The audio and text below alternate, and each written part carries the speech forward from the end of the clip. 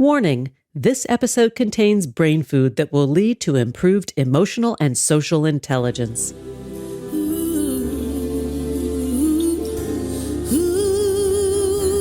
Thanks for tuning in to Harvesting Happiness today for a healthy serving of consciously prepared brain food.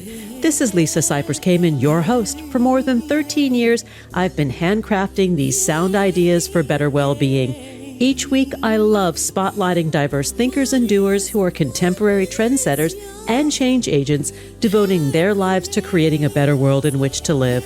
I invite you to listen up and change the way you think about human happiness. Our award-winning content is fresh, optimistic, and purpose-driven media that promotes well-being from the inside out. Alrighty then, let's dive in. This episode offers psychosocial education designed to inspire and motivate our listeners. The information provided does not constitute a therapeutic relationship nor a substitute for professional mental health care. If you are experiencing a mental health crisis, call 911, go to your nearest emergency room, or for listeners in the United States, text 988 for the National Suicide and Crisis Lifeline.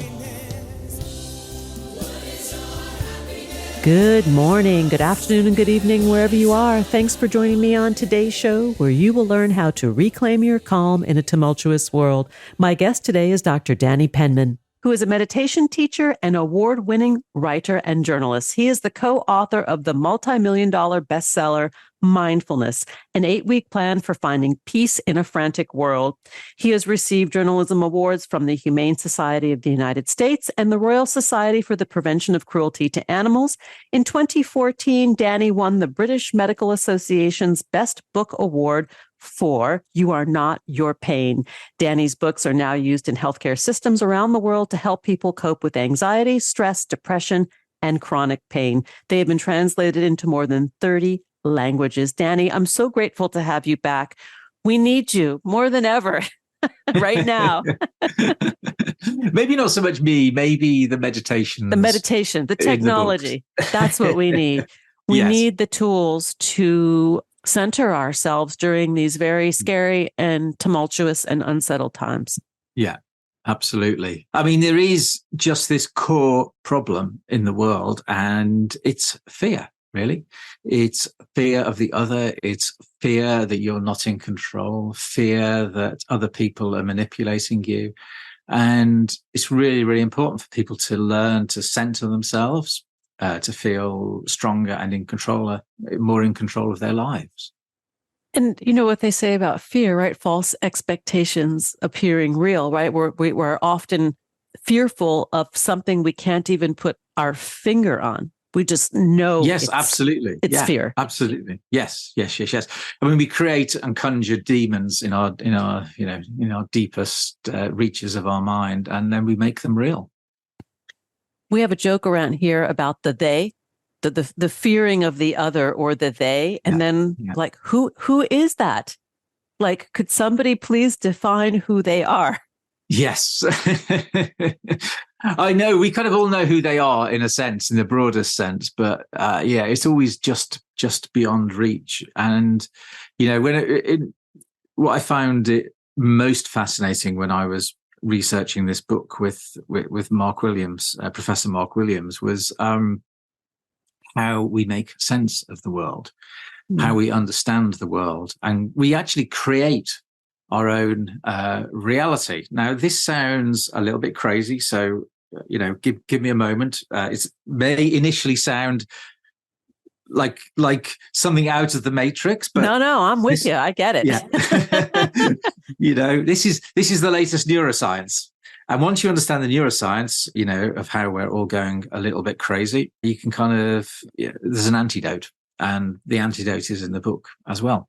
But first, how do we make sense of the world? In the past, we thought we received information passively from the world. We looked through our eyes and we saw with our eyes as if it was a video stream. And our minds just processed that, and we had a very, very accurate picture of reality. Now, that is completely wrong.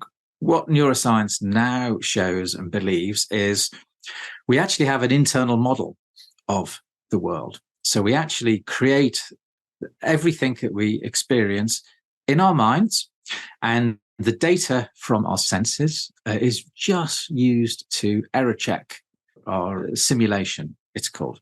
A really good example is predictive texting. You're typing away and the full word appears. And that's kind of what happens in the brain, Nice little example. If you're talking about politics in the UK and somebody says the Houses of P, as soon as you hear the P, your brain actually fills in the gap. Parliament, Houses of Parliament. Now, that's as soon as you start saying that sentence, as soon as you start saying the word, the letter P, you actually hear the whole word, the whole sentence, and it springs fully formed into your mind, even before the waves from that, the sound waves have passed through that person's lips who's talking to you and reached your ears. You have heard that sound. And this holds true for all of our senses, whether it's touch, sight, sound, smell, everything is conjured up by the brain. And the actual data from our senses is just purely there to check the model is more or less accurate. Question about that. I do have a question about that. So the conjuring that goes on, is it ubiquitous or is it unique? In other words, the way we perceive and process when it's sort of embedded in our DNA, is it because of generational stuff, or is it because, in other words, are we uniquely wired to this, or is it a similar response for everybody? It's both. We are, you could see us as survival machines. We have to know that rustling in the bushes is a saber-toothed tiger, for example. So that tiger might look slightly different to different people. You may perceive the colors slightly differently, but you will perceive that as a creature that is highly dangerous. A threat. It's hardwired, really. Yes. But equally, we learn. Our brain constantly learns. So we will see creatures slightly differently, colors slightly differently, smell things slightly differently.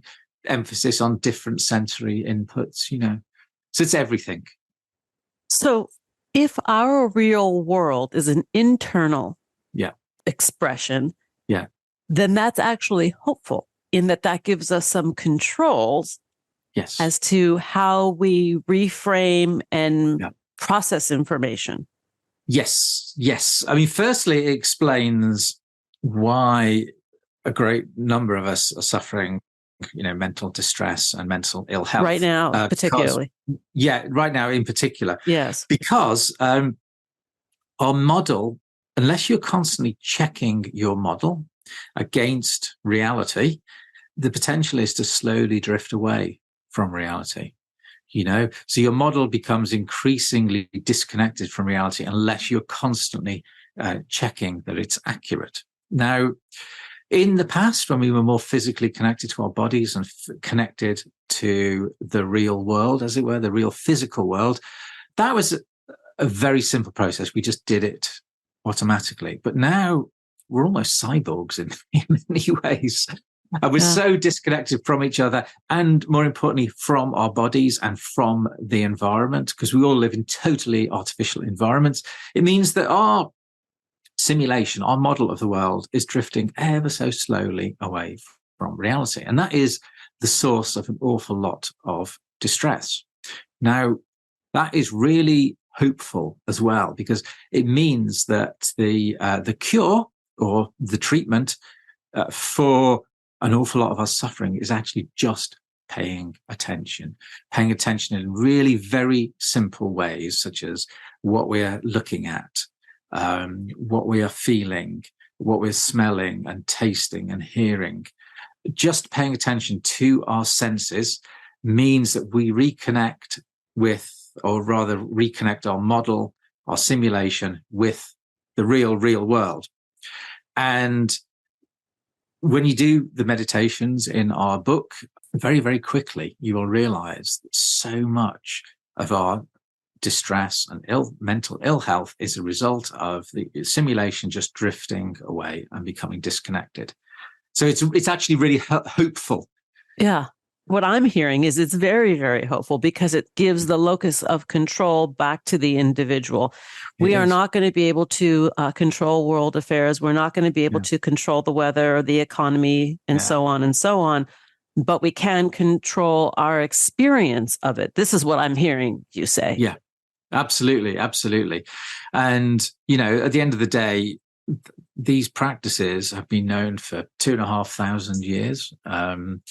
And they're implicit in an awful lot of mindfulness teaching, but they're buried very deeply. So if you've done mindfulness in the past, you will have brushed upon these techniques, but never really practiced them in any detail. And on New Book, what it does, it takes these implicit, I suppose, messages that are in mindfulness and made them more explicit, brought them out so that you can then use them to relieve an awful lot of distress. And in this book in particular, when we're talking about deeper mindfulness, the new way to rediscover calm in a chaotic world, you break it down in terms of insights and put it into language that's not airy-fairy. It's really for us to consume and utilize. I would say you've taken the woo-woo out of it. I'm really glad you noticed, because, we had kittens almost writing the book because we just knew we had to appeal to such a broad range of people, people who were, neuroscientists by training, meditation teachers by training, right the way through to somebody who doesn't have much education, has a passing interest in these things, or perhaps is just suffering some kind of mental ill health episode and they're desperate, So it had to be as straightforward and as clear as day as we could make it.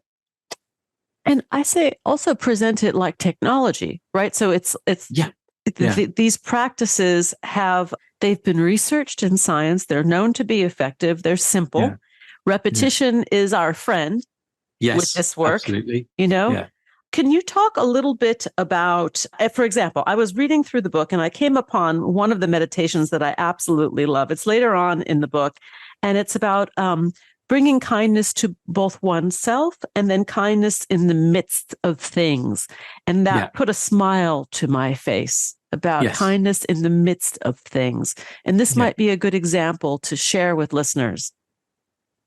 Yeah, I mean, the most important thing you can ever do if you want to help the world, if you want to help people around you, is be kind to yourself. Because if you are constantly browbeating yourself, if you're constantly criticizing yourself, you're wasting so much effort and so much time that you could be using to help the world in general. And for some reason, and I understand it, but for some reason, so many people in the West feel that just being kind to themselves, letting themselves off the hook is either weak in some way. Weak, it's plain and simple. They just see it as weakness.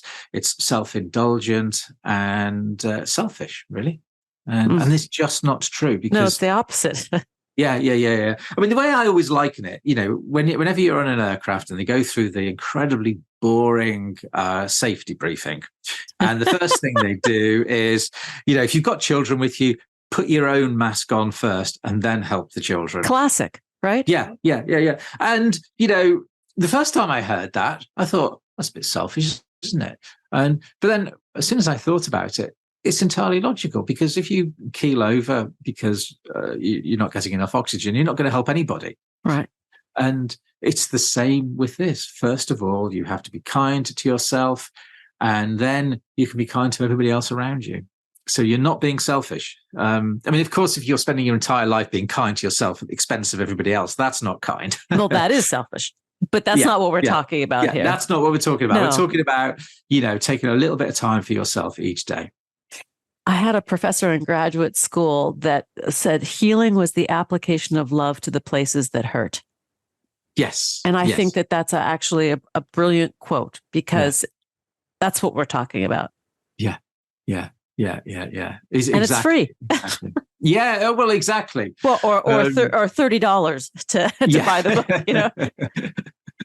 Or maybe people. Yeah, obviously we want as many people as possible to buy our book, but equally, a lot of these meditations are available for free from our website.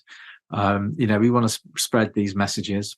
And go to our website, franticworld.com, the resources section, and you'll find it.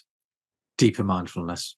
That was the perfect cue to take the break, because that's where I was going to go and you went there first, which is perfect. So we will take that pause. Go to franticworld.com. There are meditations there. On Twitter, you can find Dr. Danny Penman at Dr. Danny Penman, and on Instagram as well at Dr. Danny Penman. Here comes the pause. We'll be right back.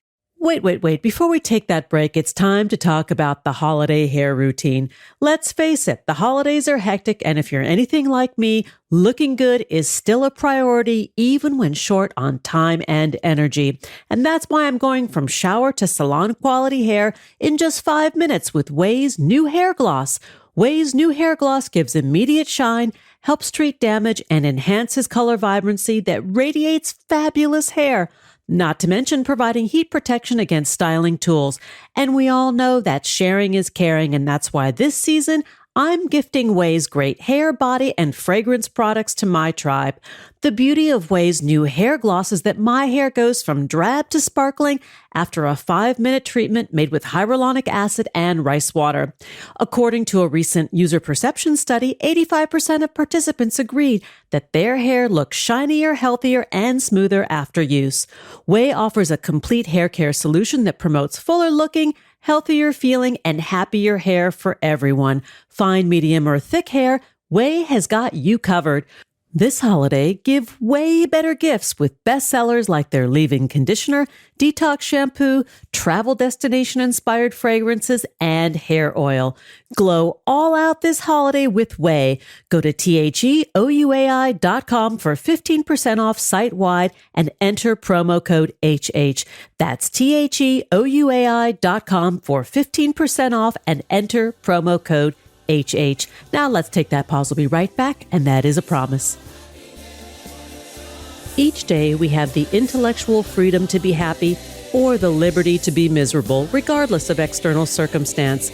If you or someone you know is struggling with mental health, seek support, because good psychological health is vital in the achievement of a happy and satisfying life. Visit harvestinghappiness.com for psychosocial educational resources to boost emotional and social intelligence. Like what you hear on Harvesting Happiness? Sharing is caring. Pay it forward by spreading the word to your community and through social media. Subscribe, listen, and share hundreds of downloadable episodes from wherever you get your podcasts. Connect with and follow us on most social media channels. And we're back. But before we get back to it, let's do a little last-minute holiday reality check. If you're just getting started on your holiday shopping or finishing off your list, Skimm has got you fashionably covered with their biggest holiday gift shop ever. Skims is one of my favorite go-to labels for everyone on my list. Kids, sisters, moms, dads, brothers, girlfriends, boyfriends, best friends, and even pets. Skims is creating the next generation underwear, loungewear, and shapewear. One of my favorite holiday rituals is cozying up with the family in front of the fireplace bundled in our jammies. This year, I bought everyone Skims cozy unisex robes in ever fashionable onyx. My family is going to love them. I'm also stuffing everyone's stockings with Skims, the softest and most comfortable undies on the planet. Skims makes holiday shopping so easy with styles for everyone in the family. Skims Holiday Shop is the destination for all your gifting needs. You've never been this cozy for the holidays. Skims' signature holiday collections are back for the season and designed for the whole family. Your favorite Skims staples like Fits Everybody, Cotton, Soft Lounge, and Sleep are now available in cheerful colors and festive prints. Collections are available in sizes extra, extra small to 4X for women, come in unisex styles, and start at newborn sizing for kids. Believe the hype. Skims has over 100,000 5-star reviews for a reason. Skims Holiday Gift Shop is open now at skims.com. Plus, get free shipping on orders over $75. After you place your order, be sure to let them know we sent you. Select podcast in the survey and select our show in the drop-down menu that follows. Now let's get back to it. And we're back, continuing the conversation with Dr. Danny Penman. We're talking about reclaiming your calm in a tumultuous world. Let's get back to it. So, Danny, in reading the book, I stumbled upon a little factoid in there that really gave me a chuckle because I am a meditator. And that is that mindfulness can help improve intelligence. And I'm not going Yes. to ask you to quote all the details, but just Yes, it does. These things work for very simple, straightforward reasons. If you are highly stressed, if you're chasing your own tail, then you are not using your brain to its full capacity. And if you regularly meditate, what happens is you tend to be far less anxious, far less stressed, happier, more engaged, and that just releases your brain power to do what it's best at, really. So chemically, right, it reduces cortisol, the stress hormone is reduced, which allows us to use the thinking mind, the wise mind, a little bit more fully, I think is what you're saying. Yeah, absolutely. I mean, what happens is if you're treating life as an emergency, then you're just running around. You're not thinking. Yeah. Nobody is capable of thinking in an emergency, which is why, the military, for example, will teach people how to behave in certain circumstances, because when they're under fire, they're not going to have chance to think clearly. They have to know to react in a nanosecond. Poof. The moment's gone. Let's talk a little bit about mental health problems, because I know that in your other books, you've also written about mental health. And I would love for you to elaborate on how these practices, these tools can help. Yes. Huge numbers of studies have now shown that, mindfulness in general is fantastic. One of the most effective treatments for anxiety, stress, and depression. People have always wondered, well, how does it actually work? They knew it was effective. And it turns out that it shares a really crucial feature in common with therapy, which is it teaches you how to decenter from your thoughts, so that you learn to see all your thoughts and feelings and emotions as kind of separate from yourself. You learn to take a step back, you gain wisdom, so that you're no longer wrapped up inside your negative states of mind. But crucially, mindfulness and therapy can only work if your thoughts and feelings and emotions have already appeared in your mind. Now, wouldn't it be really great if you could just go a little bit upstream to the moment just before they've appeared? And it turns out you can, because in the moment that the unconscious mind crystallizes into the conscious mind, there's this very, very brief moment where your mind just categorizes everything in a very simple way as either pleasant, unpleasant, or neutral. And these are called feeling tones. And they were known in the ancient world, largely forgotten about, but have recently, these ideas have been rediscovered by the West. And these feeling tones are of profound importance because they actually they color your whole state of mind. Your whole perception is colored by these feeling tones. If a pleasant feeling tone arises, you tend to feel energized and feel like you're in control of your life and you're a lot happier. If the feeling tone is unpleasant, then you tend to feel kind of unhappy, a little bit stressed, on the back foot. And if they're neutral, you just want to sit there and do nothing. Everything is kind of okay, but not really. So you just sit there. So they actually color your whole perception of the world, and they push and pull you around without you being aware of it. All you are aware of is this cascade of thoughts and feelings and emotions. So if you can actually go to that moment when these feeling tones first appear, you've got an awful lot more control over your life. And that's what the meditations in the book teach you. Well, it's interesting that you say that. In positive psychology research, recalling positive memory and emotion is an intervention, right? It's like wherever you focus your attention is where you find yourself. Yeah. And this is along those lines, although at a very feeling level. Yes, absolutely. I mean, what is wonderful about feeling tones is you can actually feel them. The odd thing is, right, if you've never done any of these meditations before, you're completely unaware of them. And then as soon as you start to do these meditations, you become aware of this whole layer of consciousness that you were utterly unaware of before. And it's a really strange experience because these are not complicated. You know, we present an 8-week course. The first 2 weeks will be familiar to anybody who has done a mindfulness course. And then in week 3, we introduce these new techniques for feeling or sensing these feeling tones and how they push and pull you around and control your life. And the first time I came across them, I was completely blown away because everything suddenly fell into place. And, you know, I've practiced mindfulness for decades and I've never felt such a release. You know, I felt like I was finally in control of my life as much as it's possible to be. And of course, you stop meditating and within an hour or two, life is back to normal.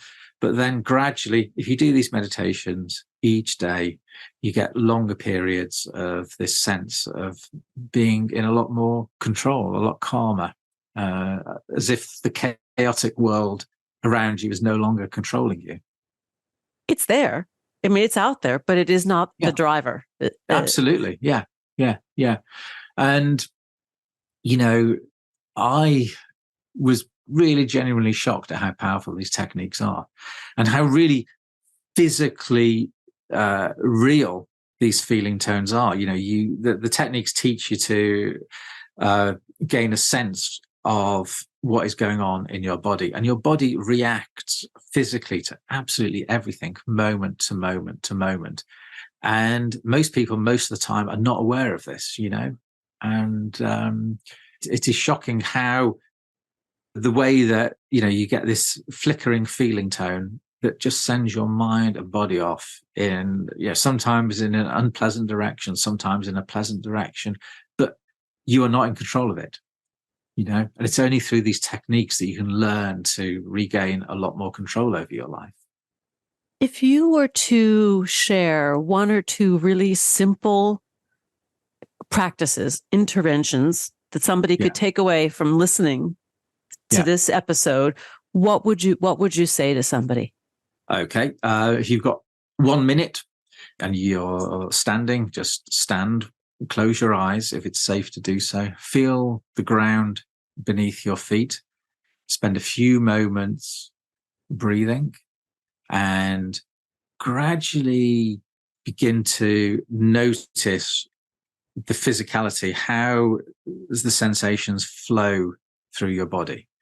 You know, and then gain a sense of the way that, you know, the mind categorizes everything. So it as pleasant, unpleasant, or neutral. For example, if you hear a sound, you will instantly sense whether it's pleasant or unpleasant or neutral. And what the techniques in the book teach you is to feel them really deeply in your body. So just spend a minute doing that, you know, acknowledging, categorizing every experience that you have moment to moment to moment as pleasant, unpleasant, or neutral. And, you know, it's when you can learn to do that, you know, even just for 1 minute, you gain so much more control over your life. So, I mean, the meditations, in the book are 10 minutes and we ask you to do them twice a day. And, you know, it's in some ways it seems counterintuitive to just spend a minute. Try it. You know, I'm trying to teach something that I really need to spend 10 or 20 minutes teaching you. But in the minute you can get a big download of information, right? If you are running, if you are operating at sort of a high velocity and you stop for that minute, your body will feed you a lot absolutely of data. Yeah. So it's really a question of, I mean, one of the techniques we use is a breathing meditation. And each time you breathe out, and then there's a very brief pause before you start to breathe in again, and just categorize your whole experience in that moment as pleasant, unpleasant, or neutral. And if you do that for 10 minutes or so, you really gain a sense of these feeling tones. This Veda goes right the way back to the ancients. And what I find personally most fascinating is all life on this planet kind of experiences something quite similar, because if you're a bacteria or an amoeba, you need a way of sensing whether something such as nutrients, you need a mechanism of sensing nutrients or light and to move towards them. And if something is toxic, you need to know how to move away from them. And that's essentially what feeling tones do, is take us back to that quite primeval level of the way we're pulled towards certain things and pushed the way you need to push away from other things. And on top of that layer is built our consciousness, is built our thoughts and our feelings and emotions.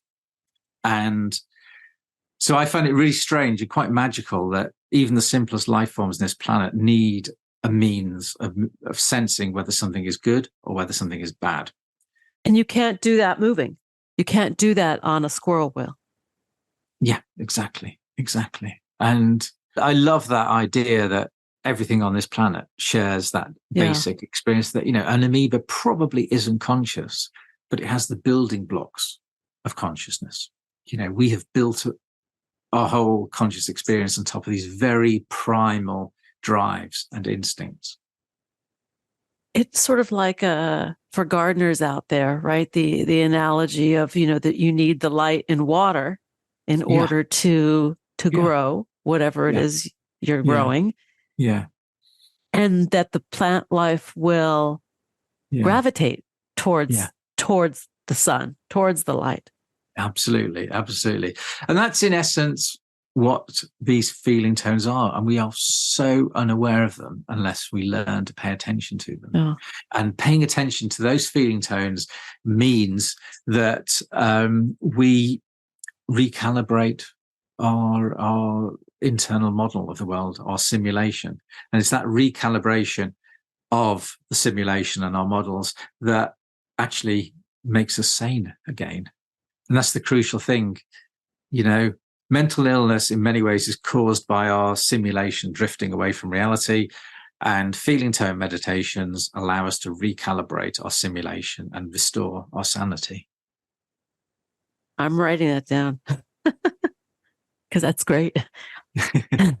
So it's in the state of observation that we restore the sanity. Yes, absolutely. And it's really quite as simple as that. It is the observation and the feeling and the reconnecting that restores our sanity. And that is why just going outside and breathing fresh air or looking at a beautiful view, just that reconnection is often the greatest relief for somebody who is suffering from mental ill health. But of course, they then go back to their life and the insanity and the mental ill health returns. But for those few moments when they're looking at something beautiful or breathing fresh air, they're fully sane, fully reconnected. And what the meditations in our book do is allow that process to kind of unfold day by day by day. And gradually people just become an awful lot saner and happier and, reconnect with life. Well, I urge our listeners to grab a copy of Deeper Mindfulness, The New Way to Rediscover Calm in a Chaotic World by Dr. Danny Penman. What I do really love and endorse about this book is all the science behind it. I think that is very important for the skeptics and seekers alike to understand the neuroscience behind what you are teaching us. And that's very, very powerful. You can connect with Danny at franticworld.com. He's got a bunch of meditations over there as well. And on Twitter and Instagram, you can find him at Dr. Danny Penman. As always, such a pleasure to spend time with you. Thanks for taking time out of your day to hang out. No, it's great to talk to a fellow traveler. Thanks for joining us on Harvesting Happiness today. This is Lisa Cypers Kamen on behalf of my guest, Dr. Danny Penman, wishing you kind thoughts, kinder words, and the kindest of actions. Until next time, remember, happiness is an inside job. Happiness is your inside job. Please go out and rock your day, and remember to be kind to one another. Want to take a deeper dive into sound ideas for better well-being? Check out our new bonus edition content, More Mental Fitness by Harvesting Happiness, available exclusively on Medium and Substack. Keep harvesting your own happiness anytime, anywhere from the comfort of wherever you are. Subscribe, listen, and share hundreds of downloadable episodes from wherever you get your podcasts. Connect with and follow us on most social media channels. To learn more about lifestyle management and mental fitness consulting services, please visit harvestinghappiness.com. Harvesting Happiness and More Mental Fitness are produced by me, Lisa Cypers Kamen, Andrea Mengele, Robin Boyd, Andrea Daly, and the awesome team at Podfly Productions, including Eric Begay, Kimberly Beck, and Alec Guess, in collaboration with TogiNet Radio, KBUU, RadioMalibu.net, and is available on PRX, the Public Radio Exchange.